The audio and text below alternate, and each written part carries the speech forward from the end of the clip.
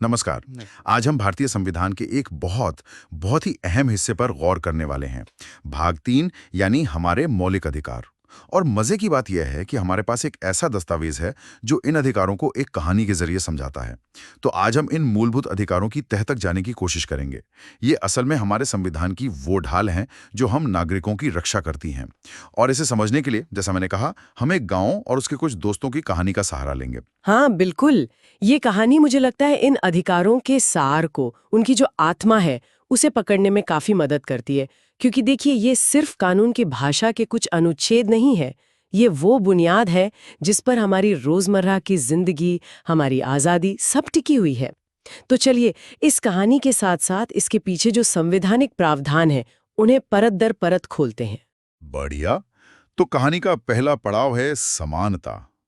गांव में मान लीजिए रामू और श्यामू हैं, दोनों खेलना चाहते हैं। गांव का सीधा सा नियम है भाई, खेल के मैदान में सब बराबर, कोई छोटा बड़ा नहीं। ये कुछ कुछ हमारे पहले मौलिक अधिकार, समानता का अधिकार जैसा लगता है। हाँ, काफी हद तक। संविधान का अनुच्छेद 14, आर्टिकल 14 यही कहता है कि कानून के सामने सब बराबर होंगे और सबको कानून का समान संरक्षण मिलेगा। यह एक बुनियादी सिद्धांत है। और इसी से जुड़ा है अनुच्छेद 15। ये क्या कहता है कि राज्य यानी सरकार किसी भी नागरिक से सिर्फ धर्म, जाति, लिंग, जन्म स्थान, इन आधारों पर कोई भेदभाव नहीं करेगी। जैसे दुकानें हैं, होटल्स हैं, कुएं, सड़कें, जो भी सार्वजनिक जगह हैं, वहां जाने से किसी को रोका नहीं जाएगा। अच्छा, लेकिन एक सवाल मन में आता है, क्या ये बराबरी नौकरियों और सरकारी पदों पे भी लागू होती है? क्योंकि वहां तो हम अक्सर आरक्षण या जिसे कहते हैं विशेष प्रावधानों की बात सुनते हैं। तो वो इसके साथ कैसे फिट बैठता है? ये बहुत अच्छा सवाल है और बहुत जरूरी भी है। अनुच्छेद 16 इसी की बात करता है। वो कहता है कि सरकारी नौकरियों में सभी नागरिकों के लिए अवसर की समानता होगी। लेकिन हाँ, उसी अनुच्छेद में राज्य को ये अधिकार भी दिया गया है कि वो पिछड़े वर्गों के लिए, जिनका प्रतिनिधित्व सरकारी नौकरियों में मान लीजिए कम है, या फिर अनुसूचित जाति, जनजाति के लिए, उनके लिए विशेष प्रावधान कर सकता है, जैसे आरक्षण। तो ये जो अपवाद है, ये समानता के सिद्धांत को कमजोर करने के लिए नहीं है।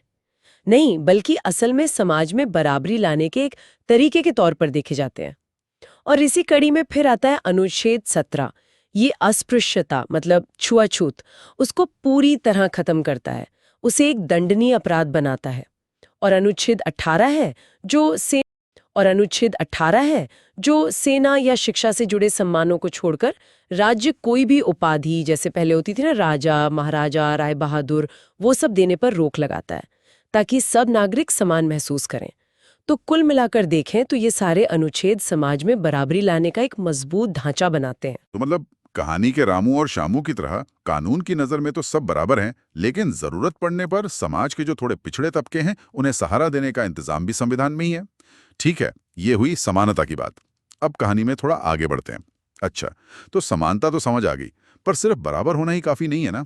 अपनी मर्जी से जीने की, कुछ करने की छूट भी तो जरूरी है। कहानी में आगे गीता है, उसे गाना पसंद है, और रीना है, उसे कविता पढ़ना अच्छा लगता है। गांव का माहौल ऐसा है कि उन्हें पूरी छूट है।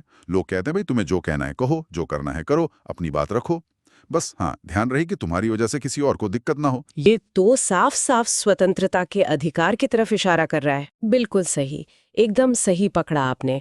ये अधिकारों का एक बहुत ही महत्वपूर्ण समूह है जो मुख्य रूप से हमें मिलता है अनुच्छेद 19 में। और इसमें कई तरह की आज़ादियाँ शामिल हैं, जैसे बोलने और अपनी बात कहने की आज़ादी, जिसे अभिव्यक्ति की स्वतंत्रता कहते हैं, शांति से बिना हथियारों के इकट्ठा होने की आज़ादी, संघ या समूह बनाने की आज़ादी, पूरे भारत में कहीं भी आने जाने की आज़ादी, देश के किसी भी हिस्से में बसने की आज़ादी, और कोई भी पेशा, व्यापार या कारोबार करने की आज़ादी। अरे वाह, ये तो काफी सारी आजादियां हैं, मतलब पूरी छूट। क्या इन पर कोई रोक टोक नहीं है? कोई कुछ भी कह सकता है, कहीं भी जा सकता है? यहीं पर हाँ, बात थोड़ी सी पेचीदा हो जाती है। ये आज़ादियाँ असीमित नहीं हैं, एब्सोल्यूट नहीं है।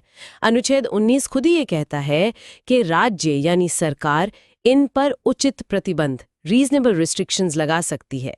अब ये प्रतिबंध किन आधारों पर लग सकते हैं? जैसे देश की सुरक्षा और अखंडता का सवाल हो, विदेशी राज्यों से हमारे मैत्रीपूर्ण संबंध हो, सार्वजनिक व्यवस्था बनाए रखनी हो, शिष्टाचार या सदाचार का मामला हो, अदालत की अवमानना ना हो, किसी की मानहानि ना हो या अपराध के लिए उकसाया ना जा रहा हो। इन आधारों पर रोक लगाई जा सकती है। तो स्वतंत्रता तो है, पर जिम्मेदारी के साथ है। और एक अनुच्छेद है जिसके बारे में बहुत सुनने में आता है, अनुच्छेद 21, जीवन और व्यक्तिगत स्वतंत्रता का अधिकार। इसकी क्या खासियत है? इतना महत्वपूर्ण क्यों माना जाता है? अनुच्छेद 21 आप कह सकते हैं मौलिक अधिकारों का शायद सबसे अहम स्तंभ है। ये कहता है कि किसी भी व्यक्ति को कानून द्वारा स्थापित प्रक्रिया के बिना उसके जीवन या व्यक्तिगत स्वतंत्रता से वंचित नहीं किया जाएगा। और सुप्रीम कोर्ट ने इसकी व्याख्या इतने व्यापक तरीके से की है कि इसका दायरा बहुत बढ़ गया है। इसमें सिर्फ सांस लेना या जिंदा रहना ही नहीं आता, बल्कि गरिमा के साथ जीना, निजता का अधिकार यानी राइट टू प्राइवेसी, स्वच्छ पर्यावरण का अधिकार, शिक्षा का अधिकार भी शायद इसी में जुड़ा। हाँ बिल्कुल, शिक्षा का अधिकार जो अब अनुच्छेद 21A के तहत एक अलग मौलिक अधिकार भी बन गया है, वो भी इसी से जुड़ा है। ऐसी कई चीजें इसमें शामिल हो गई हैं। और इसी समूह में स्वतंत्रता के अधिकारों में ही अनुच्छेद 20 भी है। वो अपराधों के लिए सजा के संबंध में कुछ सुरक्षा देता है, जैसे एक ही अपराध के लिए 2 बार सजा नहीं मिल सकती, या जब अपराध किया तब जो कानून था उसी के तहत सजा मिलेगी, बाद में बने कानून के तहत नहीं। और अनुच्छेद 22 है जो गिरफ्तारी और कुछ मामलों में नजरबंदी, जिसे प्रिवेंटिव डिटेंशन कहते हैं, उसके खिलाफ सुरक्षा देता है। जैसे गिरफ्तार व्यक्ति को गिरफ्तारी का कारण जानने का हक है, अपने वकील से सलाह लेने का हक है, वगैरह। अच्छा, तो कुल मिलाकर ये अधिकार हमें अपनी जिंदगी अपनी शर्तों पर जीने की आज़ादी देते हैं। लेकिन हाँ, समाज और देश के प्रति हमारी जो जिम्मेदारियां हैं उनको ध्यान में रखते हुए, जैसे कहानी में गीता और रीना अपनी पसंद का काम कर सकती हैं पर दूसरों को परेशान किए बिना। ठीक है। कहानी में एक और किरदार है मोहन। उसे गांव का कोई ताकतवर आदमी जबरदस्ती अपने खेत में काम करने को कहता है, और वो भी बिना सही मजदूरी दिए। लेकिन गांव के लोग उसे रोकते हैं। वो कहते हैं, नहीं, तुम किसी से जबरदस्ती काम नहीं करा सकते। ये तो सीधे सीधे शोषण के विरुद्ध अधिकार की बात लग रही है। हाँ बिल्कुल, ये आता है अनुच्छेद 23 और 24 में। अनुच्छेद 23 तो साफ तौर पर मानव तस्करी, मतलब इंसानों की खरीद फरोख्त, बेगार यानी बिना पैसे दिए जबरन काम करवाना, और इसी तरह की बंधुआ मजदूरी या किसी भी तरह के जबरन श्रम पर पूरी तरह रोक लगाता है। और इसका उल्लंघन कानूनन जुर्म है। और ये सुरक्षा न सिर्फ राज्य के खिलाफ है, बल्कि व्यक्तियों के खिलाफ भी मिलती है। और क्या इसमें बच्चों के लिए भी कोई खास बात है? क्योंकि बच्चों का शोषण होने का खतरा तो शायद ज्यादा होता है। बिल्कुल, संविधान बनाने वालों ने इस बात का खास ध्यान रखा है। अनुच्छेद 24 वो खास तौर पर बच्चों के संरक्षण के लिए ही है। वो कहता है कि 14 साल से कम उम्र के किसी भी बच्चे को किसी कारखाने या खदान या किसी दूसरे ऐसे काम में जो खतरनाक हो उसमें नहीं लगाया जाएगा। ये बाल मजदूरी पर रोक लगाने वाला एक बेहद जरूरी प्रावधान है, ताकि बच्चों का बचपन सुरक्षित रहे, वो स्कूल जा सकें, पढ़ सकें। यानी किसी भी इंसान का, और खासकर बच्चों का, किसी भी तरह का शोषण गैर कानूनी है, उसे रोका जाना चाहिए। जैसे कहानी में मोहन को जबरदस्ती काम करने से बचाया गया। ये वाकई एक बहुत अहम अधिकार है। चलिए अब धर्म की बात करते हैं। हमारी कहानी वाले गांव में सोना है जो हिंदू है, गीता है जो मुस्लिम है, और शामू है जो सिख है। सब अपने अपने तरीके से पूजा पाठ करते हैं, अपने त्योहार मनाते हैं, और गांव का माहौल ऐसा है कि सब एक दूसरे के धर्म का सम्मान करते हैं। उनका मानना है, तुम्हारा धर्म तुम्हारा निजी मामला है, तुम्हारा अधिकार है, इसमें कोई दखल नहीं देगा। ये हमें अगले मौलिक अधिकार की याद दिलाता है, धर्म की स्वतंत्रता का अधिकार। एकदम सही। ये अधिकार दिए गए हैं अनुच्छेद 25 से लेकर 28 तक। अनुच्छेद 25 हर व्यक्ति को, हर नागरिक को अपने अंतःकरण की स्वतंत्रता देता है, मतलब फ्रीडम ऑफ कॉन्शियंस। यानी वो किसी भी धर्म को मान सकता है, उसका पालन कर सकता है, उसका आचरण कर सकता है, और हाँ, उसका प्रचार भी कर सकता है। प्रचार करने की भी स्वतंत्रता, इससे कभी कभी क्या कहते हैं, टकराव की स्थिति नहीं बनती। हाँ, ये एक संवेदनशील पहलू है।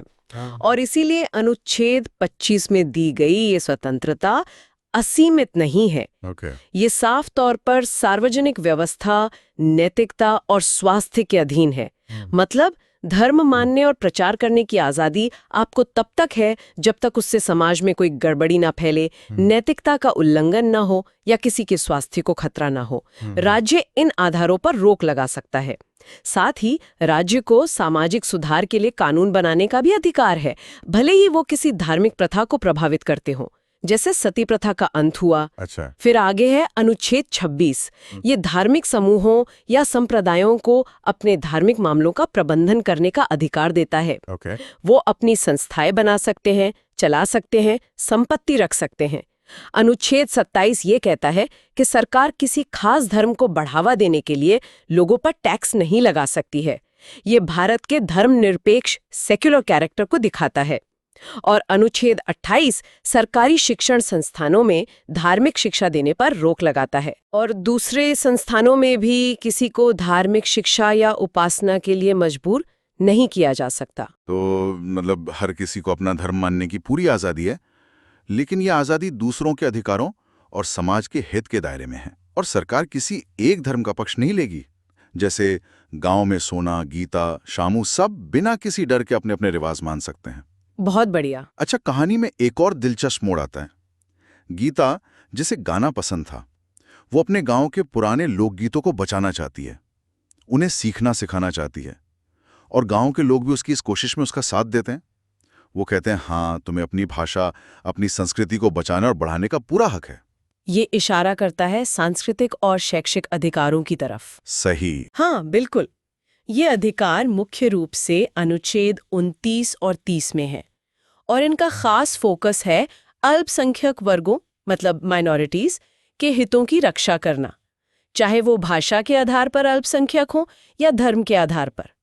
अनुच्छेद 29 कहता है कि भारत के नागरिकों के किसी भी समूह को जिनकी अपनी कोई विशेष भाषा है, लिपि है या संस्कृति है, उसे बनाए रखने का अधिकार होगा। और साथ ही किसी भी सरकारी या सरकारी सहायता पाने वाले शिक्षण संस्थान में धर्म, जाति, भाषा वगैरह के आधार पर किसी को दाखिले से मना नहीं किया जाएगा। और क्या अल्पसंख्यक अपने स्कूल या कॉलेज खुद भी खोल सकते हैं अपनी संस्कृति या भाषा को बचाने के लिए? बिल्कुल। अनुच्छेद 30 इसी की गारंटी देता है। सभी अल्पसंख्यक वर्गों को, चाहे वो धर्म पर आधारित हों या भाषा पर, अपनी पसंद के शिक्षण संस्थान स्थापित करने और उनका प्रशासन चलाने का अधिकार होगा। और सरकार जब मदद देगी तो इस आधार पर भेदभाव नहीं करेगी कि वो संस्थान किसी अल्पसंख्यक वर्ग का है। इसका मकसद यही है कि अल्पसंख्यक अपनी पहचान, अपनी संस्कृति को सुरक्षित महसूस करे और उसे बनाए रखते हुए देश के विकास में योगदान दे सकें। यानी ये अधिकार हमारे देश की जो विविधता है, जो डाइवर्सिटी है, उसे बनाए रखने में बहुत मदद करते हैं। जैसे कहानी वाली गीता, वो न सिर्फ अपना लोकगीत बचा सकती है, बल्कि उसे सिखाने के लिए शायद एक छोटी सी संगीत कक्षा भी शुरू कर सकती है। ये तो बहुत अच्छी बात है। और अब आते हैं उस अधिकार पर जिसे शायद सबसे महत्वपूर्ण कहा जा सकता है। कहानी में अगर गांव का कोई नियम बच्चों को गलत लगता है या उन्हें लगता है कि उनके साथ कोई नाइंसाफी हो रही है, तो वो क्या करते हैं? वो सीधे गांव की पंचायत के पास शिकायत लेकर जा सकते हैं। गांव का उसूल है, अगर तुम्हारा हक छीना जाए तो तुम न्याय के लिए आवाज उठा सकते हो। ये हमारे छठे मौलिक अधिकार, संवैधानिक उपचारों का अधिकार जैसा है। आपने इसे बिल्कुल सही समझा। और ये है अनुच्छेद 32। और जैसा आपने कहा, ये बेहद महत्वपूर्ण है। Doctor B.R. अम्बेडकर ने तो इसे संविधान की आत्मा और हृदय कहा था। क्यों? क्योंकि ये वो अधिकार है जो बाकी सभी मौलिक अधिकारों को असलियत बनाता है, उन्हें लागू करवाता है। अगर किसी नागरिक के मौलिक अधिकार का हनन होता है, मतलब उसे वायलेट किया जाता है, तो वो सीधे सुप्रीम कोर्ट जा सकता है। ये अपने आप में एक मौलिक अधिकार है। सीधे सुप्रीम कोर्ट, मतलब हाई कोर्ट वगैरह जाने की जरूरत नहीं? हाँ, मौलिक अधिकारों के हनन के मामले में अनुच्छेद 32 के तहत आप सीधे सुप्रीम कोर्ट जा सकते हैं और सुप्रीम कोर्ट इन अधिकारों को लागू करवाने के लिए कई तरह के आदेश या रिट्स जारी कर सकता है, जैसे बंदी प्रत्यक्षीकरण, हेबियस कॉर्पस। अगर किसी को गैर कानूनी तरीके से हिरासत में रखा है तो उसे कोर्ट के सामने पेश करने का आदेश। परमादेश, मैंडमिस, किसी सरकारी अधिकारी को उसका कानूनी कर्तव्य करने का आदेश देना। प्रतिषेध, प्रोहिबिशन, किसी निचली अदालत को उसके अधिकार क्षेत्र से बाहर जाकर काम करने से रोकना। उत्प्रेषण, सर्ट्युरारी, किसी मामले को निचली अदालत से मंगाकर उसकी जांच करना या उसे रद्द करना। और अधिकार पृच्छा, क्वो वारंटो, किसी व्यक्ति से पूछना कि वो किस अधिकार से कोई सार्वजनिक पद धारण किए हुए हैं। और हाँ, इसी तरह की रिट जारी करने की शक्ति, बल्कि थोड़े और व्यापक दायरे में, अनुच्छेद 226 के तहत हाई कोर्ट्स को भी मिली हुई है। तो ये अनुच्छेद 32 एक तरह से मौलिक अधिकारों का गारंटी कार्ड है। ये सुनिश्चित करता है कि अधिकार सिर्फ कागज पर न रहें। वाह, मतलब अगर कोई हमारे अधिकार छीनने की कोशिश करे तो संविधान हमें सीधे देश की सबसे बड़ी अदालत तक जाने का रास्ता देता है। ये वाकई अधिकारों को सिर्फ कागज पर लिखी बातें नहीं बल्कि जीती जागती हकीकत बनाता है। जैसे कहानी में बच्चे न्याय के लिए पंचायत जा सकते थे। तो अगर हम संक्षेप में देखें तो कहानी के ये दोस्त हमें हमारे अधिकार याद दिलाते हैं। रामू और श्यामू यानी समानता का अधिकार, गीता और रीना यानी स्वतंत्रता का अधिकार, मोहन यानी शोषण के विरुद्ध सुरक्षा का अधिकार, सोना, गीता और श्यामू यानी धार्मिक स्वतंत्रता का अधिकार, फिर से गीता जो लोकगीत बचाना चाहती थी यानी अपनी संस्कृति और शिक्षा का अधिकार, और आखिर में सब बच्चे मिलकर जो पंचायत जाते हैं वो है संवैधानिक उपचारों का अधिकार। ये 6 मिलकर हमारे मौलिक अधिकारों का एक खाका खींचते हैं। तो हमने देखा कि कैसे एक सरल सी कहानी के जरिए भारतीय संविधान के भाग 3 में दिए गए इन बेहद जरूरी मौलिक अधिकारों को समझा जा सकता है। समानता, स्वतंत्रता, शोषण के विरुद्ध, धार्मिक स्वतंत्रता, सांस्कृतिक व शैक्षिक अधिकार और संवैधानिक उपचार। ये सचमुच हमारे लोकतंत्र की जान है। बिल्कुल, इसमें कोई शक नहीं। ये अधिकारी हैं जो नागरिक को ताकत देते हैं और दूसरी तरफ सरकार की शक्तियों को सीमित करते हैं, एक संतुलन बनाते हैं। लेकिन हाँ, ये याद रखना भी उतना ही जरूरी है, जैसा कहानी में भी इशारा था, दूसरों का हक मत छीनो, कि ये अधिकार असीमित नहीं है, एब्सोल्यूट नहीं है। संविधान खुद ही इन पर समाज के हित में या देश की सुरक्षा, नैतिकता, स्वास्थ्य जैसे आधारों पर उचित प्रतिबंधों की इजाजत देता है। इनका जो मूल मकसद है वो व्यक्ति की गरिमा और उसकी आज़ादी को सुनिश्चित करना है, जो एक स्वस्थ सभ्य समाज के लिए बेहद जरूरी है। हाँ, बिल्कुल सही कहा। आज की इस चर्चा का निचोड़ शायद यही है कि ये मौलिक अधिकार हमारे संविधान का दिल हैं, जो हर नागरिक को सम्मान और बराबरी के साथ जीने का मौका देते हैं। और इन्हें जानना, समझना हम सबके लिए बहुत फायदेमंद है। और जाते जाते एक सवाल हम सबके सोचने के लिए छोड़ जाते हैं। संविधान ने हमें ये अधिकार तो दे दिए, पर हम अपनी रोजमर्रा की जिंदगी में एक नागरिक के तौर पर इन अधिकारों को कैसे जी सकते हैं? और शायद उससे भी ज्यादा जरूरी सवाल ये है कि हम दूसरों के अधिकारों का सम्मान कैसे सुनिश्चित कर सकते हैं? आखिरकार अधिकारों और जिम्मेदारियों के बीच वो सही तालमेल, वो संतुलन कैसे बनता है? इस पर जरूर सोचिएगा।